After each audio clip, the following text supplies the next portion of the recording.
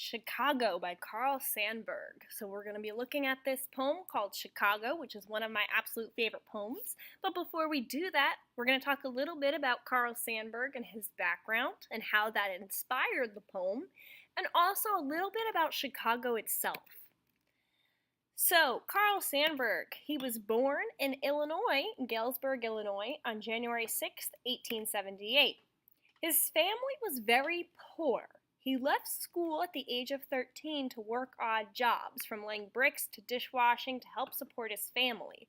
And these were hard-working, hands-on jobs. They were exhausting and physical. And they were considered to be lower class, working class jobs. And so this kind of began his appreciation for hard work and for the working class. And this appreciation is a really important point when we look at the poem Chicago. So he worked his way through college, which again, it gave him more appreciation for hard work and for the working class. No one handed him his degree. He had to pay his way through and work hard to graduate from college. And while he attended for 4 years, he never actually received a diploma. He wound up having to drop out. However, he would later receive honorary degrees from a bunch of other colleges. After college, he moved to Milwaukee, where he worked as an advertising writer and reporter. He was a socialist sympathizer at that point in his life. And socialism is the idea that everyone should have equal things, and we take from everyone. Everyone works, but we take a little bit from everybody. So that way everyone has the equal amount of opportunity, of money, so that way no one is ahead of anybody else. And he was a socialist sympathizer, so he really liked that idea, and he worked for the Social Democrat Party in Wisconsin. Again, he really sympathized with the lower class because of his background, and he sought equality between classes in society. So a lot of his poetry focuses on this idea of equality between classes, about how the working men are looked at and how the wealthy are looked at, and how we can achieve equality.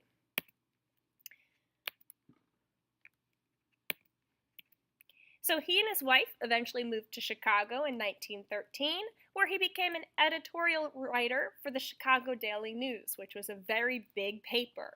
He established his reputation with Chicago Poems and Cornhuskers, 2 sets of poetry, for which he received the Pulitzer Prize in 1919, which is a very prestigious honor for a poet to receive. So he was not only becoming really popular as an editor, but also for his poetry itself. He became known for his free verse poems that portrayed industrial America. So during this time, America was in the middle of industrialization, which was all the factories being established, the railroads. It was a huge amount of technological advancement all happening at once that created these massive cities. And Sandburg was really looking at how did that industry change the way of life. So he spent the rest of his life on various different projects, a lot of them about Abraham Lincoln, a man he was very interested in. He won a second Pulitzer Prize for a biography that he wrote about Lincoln, and a third for another collection of poetry in 1950. So he won quite a few prizes for his poetry, one of the highest awards you can get. He eventually died on July 22nd, 1967. So, in order to better understand the poem, we have to talk a little bit about the city of Chicago itself. This is a quote from Mark Twain. It says, "It is hopeless for the occasional visitor to try to keep up with Chicago.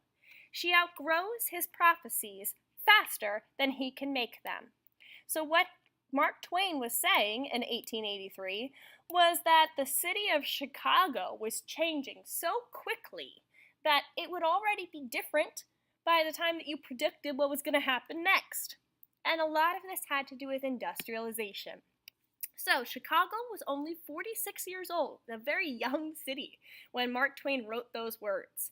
But in those 46 years, which is a very short amount of time, it had grown more than 100-fold. So it had multiplied by 100.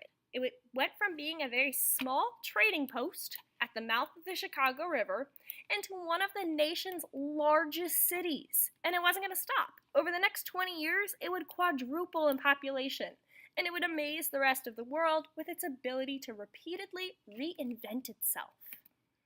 So today, Chicago has become a global city. It's a thriving center of international trade and commerce, and a place where people of every nationality come to pursue the American dream, the dream that anyone can come and work hard and find success. So, Chicago was officially acknowledged as a city in 1837, and this was because of where it was located. So it was ideally situated to take advantage of trading possibilities because of westward expansion. So at this time, the United States was starting to move towards the west and establishing new land. At the completion of the Illinois and the Michigan Canal in 1848, this created a water link between the Great Lakes and the Mississippi River. So what happened was, because Chicago was placed near this giant body of water, it was able to be connected to all these other giant bodies of water, which made industry so much easier. Prior to this, in order to transfer goods from one part of the country to the other, it would take an extreme amount of time and effort. There wasn't the technology to do that. It would be putting it in carts, and it would be very difficult. So being able to use water and sailing really upped industry and made being able to physically take goods from one place to another so much easier, which is why you see a lot of the major cities established around water, like New York City, because it allows for trade. And it allows for trade within the U.S. and throughout the world. Eventually, the canal was rendered obsolete by railroads. So eventually, railroads became popular and increased throughout the country, and that became a more efficient, easier way to transport goods. As Chicago grew, its residents took heroic measures to keep pace. So when the city was starting out, it offered amazing possibilities for trade. So people came, they flocked to this city. And all of a sudden, the city went from being this little tiny place to this huge booming city. Literally, to be able to have all these people in the city, people had to work very hard to keep up. So there literally wasn't enough structures or places or roads or buildings to house all these people. So in the 1850s, they came up with this solution. They raised many of the streets 5 to 8 feet to install a sewer system, and then raised the buildings as well. Because when the sewer system was put in, it wasn't anticipated that there would be this many people. And so they had to be able to do this and account for all these people. So they raised the streets and the buildings. Unfortunately, the buildings, streets, and sidewalks were made of wood. And in the Great Chicago Fire of 1871, almost the entire city burned to the ground. So a fire caught on in 1871, and because all of these structures were made of wood, it quickly spread through the city. And this is a photo of some of the damage, that the entire city was literally burned to the ground. So this was one time where Chicago had to rebuild, which they would do again and again. So the Chicago Water Tower and Pumping Station at Michigan and Chicago Avenues are among the few buildings to have survived the fire. Very few buildings survived this. So, Chicago rebuilt very quickly. Much of the debris was dumped into Lake Michigan as landfill, which formed the underpinnings for what is now Grant Park, Millennium Park, and the Art Institute of Chicago. So if you visit Chicago, these are some of the places that you go and you see, like the Bean, which was a previous photo. And so those were coming to be because of this. So in the half century following the Great Fire, waves of immigrants came to Chicago to take jobs in the factories and meatpacking plants. So as the country was going through industrialization, all of these factories started popping up in Chicago because, again, it was a great place for trade. It had access to the waterways, and then it had access to the railroads as those were being built. And so being able to mass produce things in a factory and then transport them across the country was very easy from the city of Chicago. So immigrants coming to the U.S. flocked towards Chicago in order to take these jobs that were multiplying. So by 1900, the city of Chicago was a financial, agricultural, manufacturing, and transportation hub for the nation. Most of the nation's goods, a huge chunk of them, especially in the meatpacking plants, were coming from Chicago at this time. So during this boom of industrialization, immigration became lax. So they really relaxed the immigration policies in the country. And so a ton of people were coming to the country, especially to cities like Chicago. And with so many people coming to one city at once, all of a sudden it booming, the crime rate rose. So that is kind of a typical thing that happens when a population increases that quickly. And Chicago wound up being a site of a lot of organized crime, especially the Italian mafia. It's kind of famous for Al Capone. He was a mob boss who took root in Chicago, and his career in organized crime was based in Chicago. And this mafia included a lot of violence, gambling, saloons. They would illegally bring in goods, and Chicago started to become known for this crime and for this mafia. It was building kind of a bad reputation for itself. But it did have many firsts. So the nation's first skyscraper was the 10-story steel-framed home insurance building built in 1884 in Chicago. Also, when residents were threatened by waterborne illnesses from sewage flowing into Lake Michigan, because again, when they built these sewers, they weren't anticipating all these people, they reversed the Chicago River in 1900 to make it flow towards the Mississippi. And reversing a waterway as big as this and in this manner was a first in the country. Chicago was also the birthplace of many inventions because it was such a big place of industry and technology advancement. That was the birthplace of the refrigerated rail car, which really revolutionized industry. Because up until this point, if you have these meatpacking plants, so you're packaging beef and pork and all of these things, and then you want to put it on a ship or on a train and transport it to another side of the country, well, you have to do so very quickly because otherwise the meat will go bad. They didn't have refrigeration on trains or on ships prior to this. And so it limited how far away you could send your goods because they would go bad by the time they got there. So this was a really big deal, the refrigerated rail car, because that meant that you could send your meat as far as you wanted because it was refrigerated. Mail order retailing. So from a catalog, people didn't even have to go into a store. They could order straight from a catalog. That was the birthplace, and again, it advanced industry. The car radio and the TV remote control, other cool inventions that started in Chicago. So the poem Chicago, written by Carl Sandburg, obviously focuses on all of these aspects of the city. So the poem was made famous from the description of Chicago as the city of big shoulders.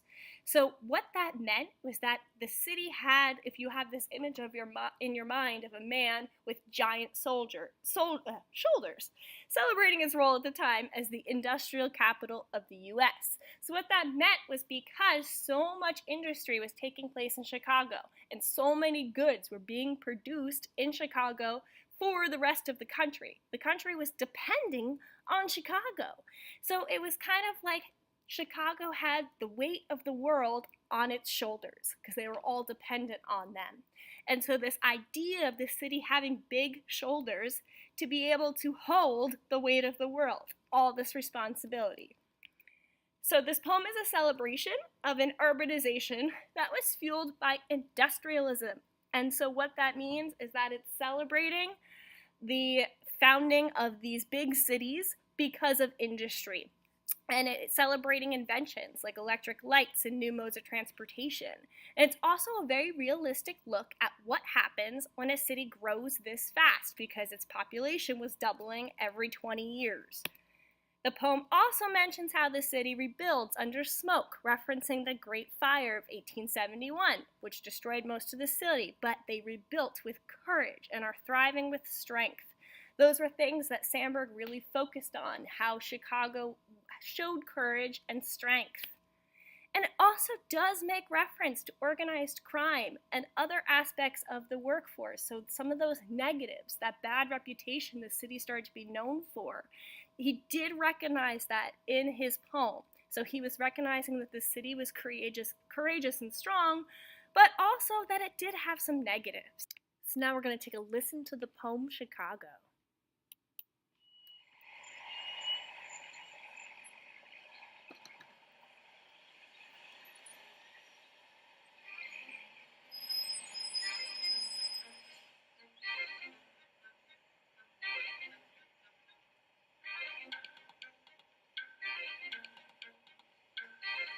Hog butcher for the world, toolmaker, stacker of wheat, player with railroads, and the nation's freight hand, stormy, husky, brawling, city of the big shoulders.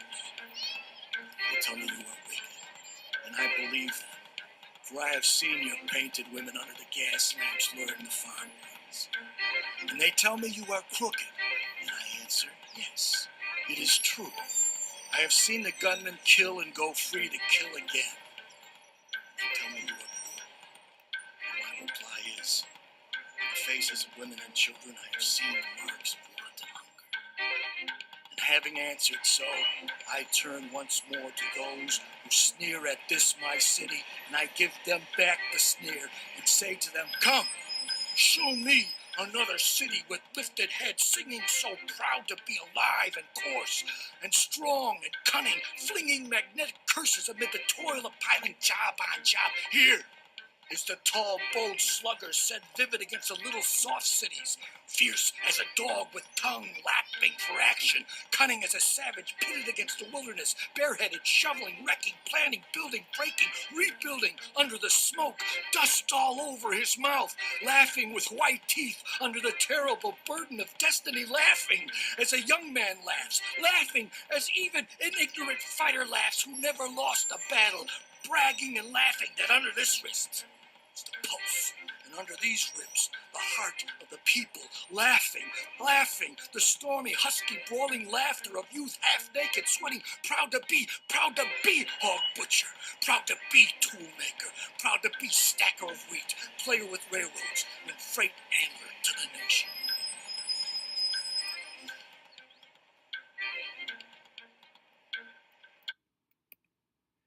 So now you have your homework assignment. So you're going to look at these following literary terms, and I already defined two for you, and I want you to go and look up the definition of each literary term, so that way you can fill in this chart. So when we go forward to talk about the poem, we can look for these literary devices within that poem, and then I'll check this for a homework credit.